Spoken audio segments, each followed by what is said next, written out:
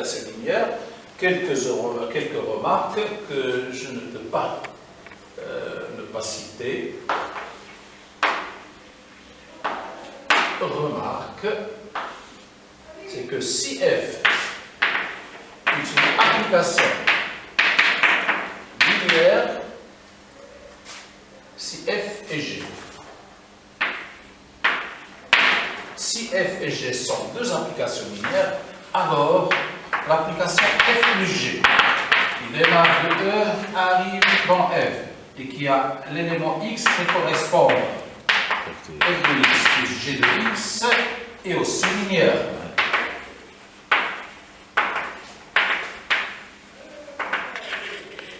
Et l'application alpha f, là c'est la loi externe, qui va de E vers f et qui à chaque vecteur x de E fait correspondre alpha, loi externe f de x, est linéaire.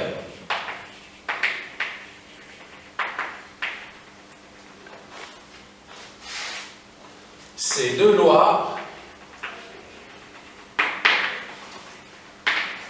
font de l'ensemble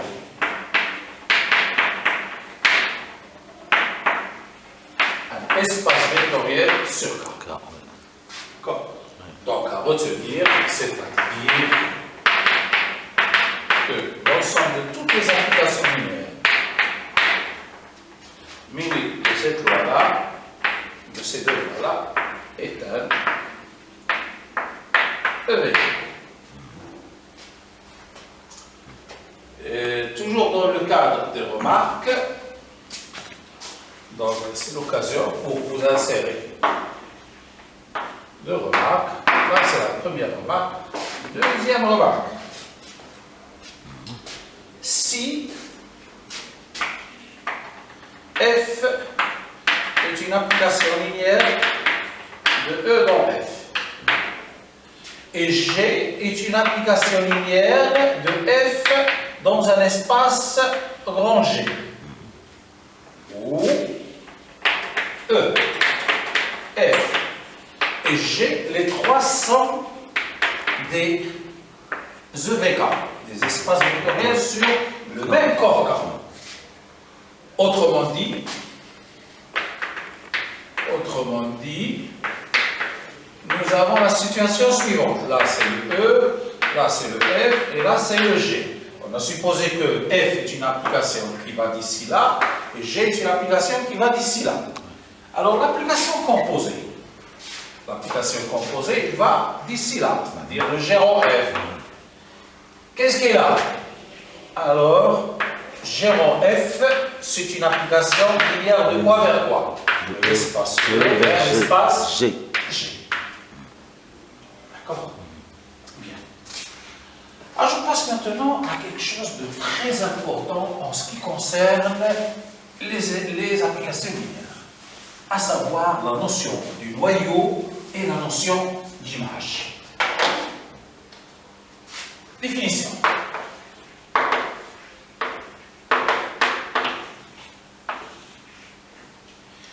Alors, avant d'entamer la définition, si on considère une application linéaire d'un espace vectoriel E vers un espace vectoriel F, à l'espace vectoriel E, la première des choses qu'il doit vérifier, c'est que dedans, il doit y avoir l'élément nul. On avait noté le 0 de E. La même chose, pour que grand F soit un espace vectoriel, il doit contenir un 0. Ce n'est pas obligatoirement le même 0, je le note le 0 de F. Est-ce que le 0 qui est là, est-ce qu'il est image de quelque chose? Oui. On avait vu que pour qu'il soit une application linéaire, la première des choses qu'il doit vérifier, c'est que F du 0 de E doit être égal au 0 de F. Donc, il est touché au moins une fois. Il est au moins l'image d'un vecteur. Mais est-ce que c'est l'image d'un seul vecteur? Pas obligatoirement. Pas obligatoirement. Pourquoi? Je peux par exemple considérer l'application suivante. Si je considère l'application qui va de R2 vers R, d'accord? Qui fait quoi? AXY fait correspondre X moins Y. Quel est l'espace vectoriel E dans ce cas-là? C'est R2. L'espace vectoriel F, c'est L. L'application, est-ce qu'elle est linéaire? Oui, je vois que là, c'est une droite qui ne passe pas par 0, c'est une droite. Donc, il est clair qu'elle est linéaire. Et c'est très facile à le démontrer. F de 0, 0, ben, parce qu'il est linéaire. Alors, l'image de 0, 0, c'est quoi? C'est 0, 0 de R. Est-ce l'unique élément qui a pour image 0? Non. Si j'avais pris ici, par exemple, 1, 1, c'est 0. Si j'avais pris 2, 2, alors je remarque que le 0 de l'espace vectoriel F, il n'est pas obligatoirement image d'un seul élément. C'est peut-être l'image de plusieurs éléments. Dire l'image d'une infinité d'éléments. Alors, si on rassemble tous les éléments dans l'image 0, cet ensemble-là, il porte un nom. On l'appelle le noyau de l'application linéaire F. Et on le nomme ker de F. Ker de F, c'est-à-dire the kernel of F. The kernel, c'est-à-dire le noyau. Donc finalement, qu'est-ce que le ker de F? C'est l'ensemble de tous les x appartenant à E qui ont la propriété suivante. Laquelle? Qui ont une image égale à 0. De quel 0 je parle? Je parle de 0 du F. D'accord? Et cet ensemble-là, comme vous voyez, il n'est pas nul. Il contient au moins quel élément? Le 0 de E. Et parfois, il doit 0. Parfois, on peut trouver dedans une infinité d'éléments. Alors, nous allons voir que cet ensemble, il a une structure. Et c'est quelque chose de très important pour une application linéaire.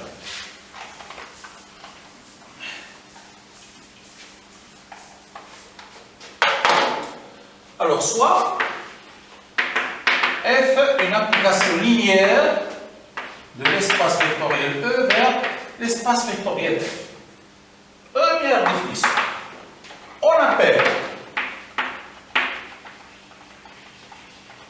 On appelle noyau de F le sous-ensemble de E défini par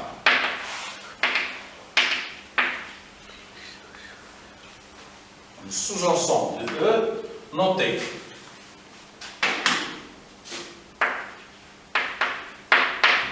ker de F est défini par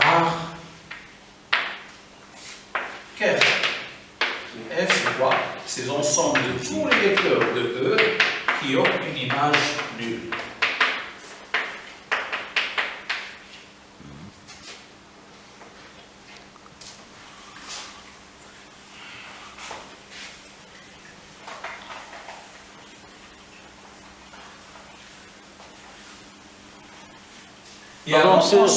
Pardon, monsieur, f de x égale 0, f, je pense, non? F de x égale 0 de f. C'est le 0 de f, c'est des images. Parallèlement à cet ensemble-là, il y a un autre ensemble qui est très important lui aussi et qui est associé à l'application F. C'est lequel? Alors, si vous considérez un espace vectoriel E, il y a un espace vectoriel F, et je considère un lien entre les deux. Une application linéaire. D'accord. Alors, je sais qu'il y a des éléments qui sont touchés, il y en a qui ne le sont pas. Qu'est-ce que je veux dire par cela? Si je prends par exemple le 0 de F, et les images d'au moins le 0 de E, donc je dis que cet élément-là, il est touché. Il y a d'autres qui seront touchés. Ben, l'élément qui est là, je l'appelle X par exemple, et il est image d'au moins quelque chose. L'élément Y qui est là, il est peut-être image de deux choses, c'est pas interdit. Il se peut qu'il y ait deux vecteurs de E qui ont même image Y. L'élément qui est là, rien ne l'a touché. L'élément qui est là, rien ne l'a touché. Alors, les éléments qui sont image de quelque chose, on les rassemble dans un petit paquet, et ce petit paquet-là, on le note image de F. Et ça s'appelle l'image de F. D'accord? Donc, on appelle noyau de F cet ensemble-là, et on appelle image de F.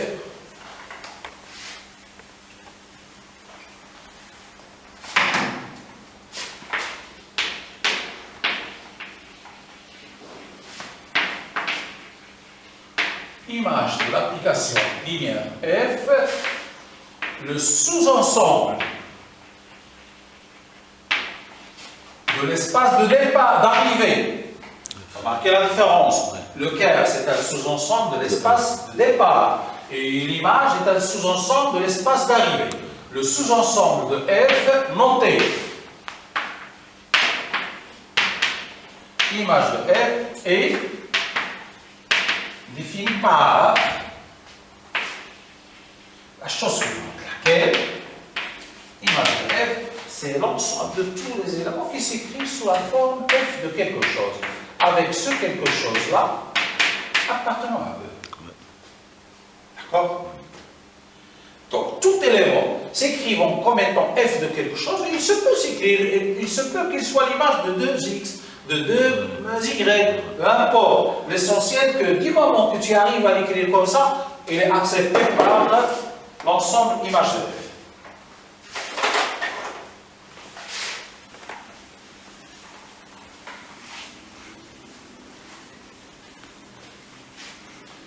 La proposition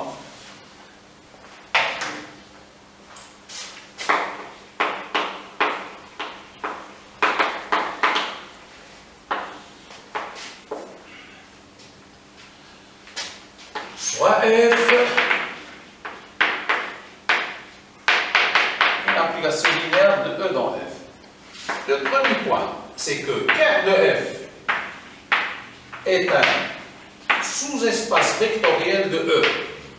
Vous vous rappelez, on avait dit que c'est un sous-ensemble de E. Ce n'est pas n'importe quel sous-ensemble. Il a les propriétés d'être un sous-espace. Qu'est-ce que je veux dire par sous-espace? On en a déjà parlé. Ça veut dire que le ker de F, il contient 0. Et qu'il garde la somme de ces éléments. C'est-à-dire, là c'est l'ensemble E.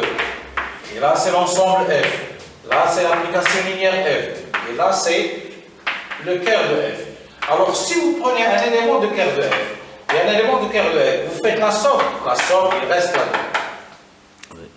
Et quoi d'autre? Si je prends un élément x de E et je le multiplie par alpha, est-ce qu'il va quitter? Non, alpha fois x, quelle que soit la valeur de alpha, il reste à l'intérieur de E. Donc, ker de F est un sous-espace parce que ça garde la somme de ces éléments et ça garde les amplifiés de ces éléments. La démonstration est très simple. Pourquoi très simple? Ben, si je donne un élément x qui appartient à ker de F, ça signifie quoi? Ça signifie que f de x est égal à 0. Et je me donne un autre élément qui appartient à ker de F, ben, ça signifie que f de y est égal à 0. Monsieur, pourquoi est-ce que x plus y reste dans ker de F? Ben, regardons son image. F est linéaire. Oui. Le fait qu'elle est linéaire, donc ça c'est égal à f de x plus f de y. Or, f de x est égal à 0, et donc c'est égal à 0. Donc je remarque que f de la somme est aussi égal à 0. C'est la preuve que x plus y reste à l'intérieur de ker de F. Donc ker de F est un ensemble capable de garder la somme de ces éléments. Alors, pourquoi est-ce qu'il garde les amplifiés de ces éléments? Qu'est-ce que je veux dire par amplifié? Je me donne un vecteur de ker de F et je me donne un scalaire quelconque. Alors, montre-moi que alpha x, ça reste dans ker de F. Ben, le seul moyen pour démontrer que c'est un élément de ker de F, c'est de montrer que son image est égale à 0. F est linéaire. Le fait qu'il est linéaire, ça me permet de faire sortir le alpha. Donc, alpha f de x. Or, f de x, il est égal à quoi? Le fait que x est dans le ker de F, donc ça c'est nul. Et alpha fois 0, c'est 0. On vient d'établir que f de cet élément-là est nul. C'est la preuve que l'élément alpha x est aussi dans le ker de F. Donc, le ker de F, il a les propriétés d'un sous-espace vectoriel. Alors, ker de F est un sous-espace vectoriel de E. Et quoi d'autre? L'image. L'image est un sous-ensemble de l'espace de départ ou d'arrivée? D'arrivée. Eh bien, ce n'est pas n'importe quel sous-ensemble. Est un sous-espace vectoriel de F. La démonstration est aussi simple. Alors, avant d'aller loin, un exercice, toujours le bienvenu. Exercice. Soit l'application F qui démarre, par exemple, de R3 à valeur donc R2, qui a X, Y et Z fait correspondre X moins Y et Z.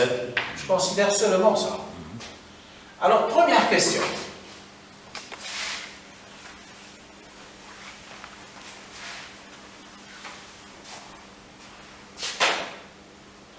Premièrement, montrer que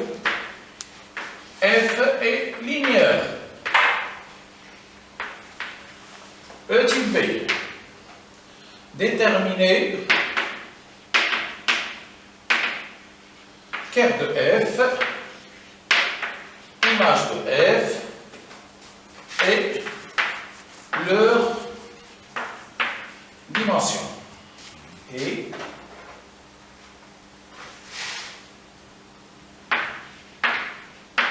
la dimension de ker de f ainsi que la dimension de image de f. Voilà. Donc quand je demande la dimension d'un seul espace, il faut en trouver une base. D'accord? Alors on y va doucement. Réponse.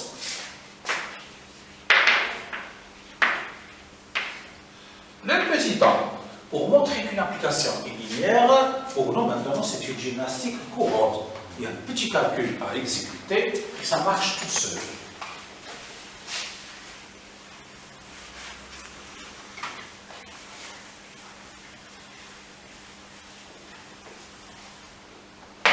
Alors petit a, f alpha, les éléments de E ce sont des triplés. F de alpha,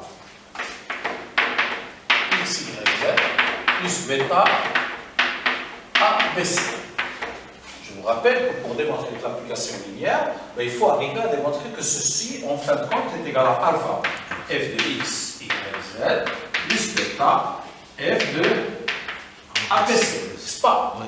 Alors le passage d'ici là, il est automatique, il suffit de ne pas se tromper dans les calculs. Ça c'est égal à quoi?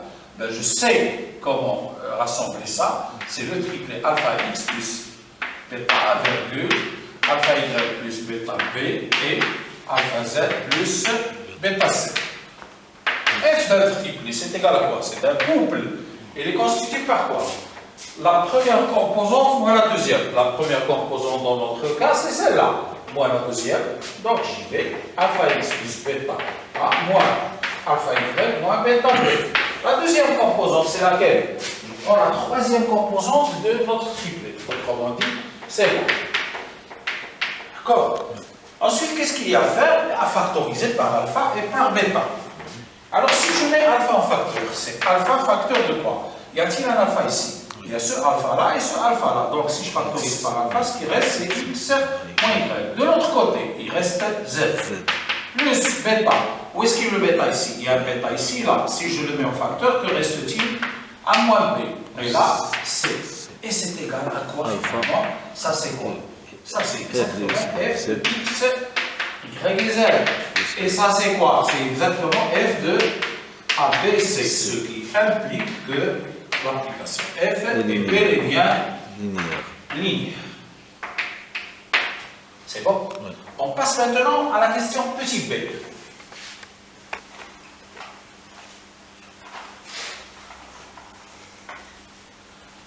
Alors petit b,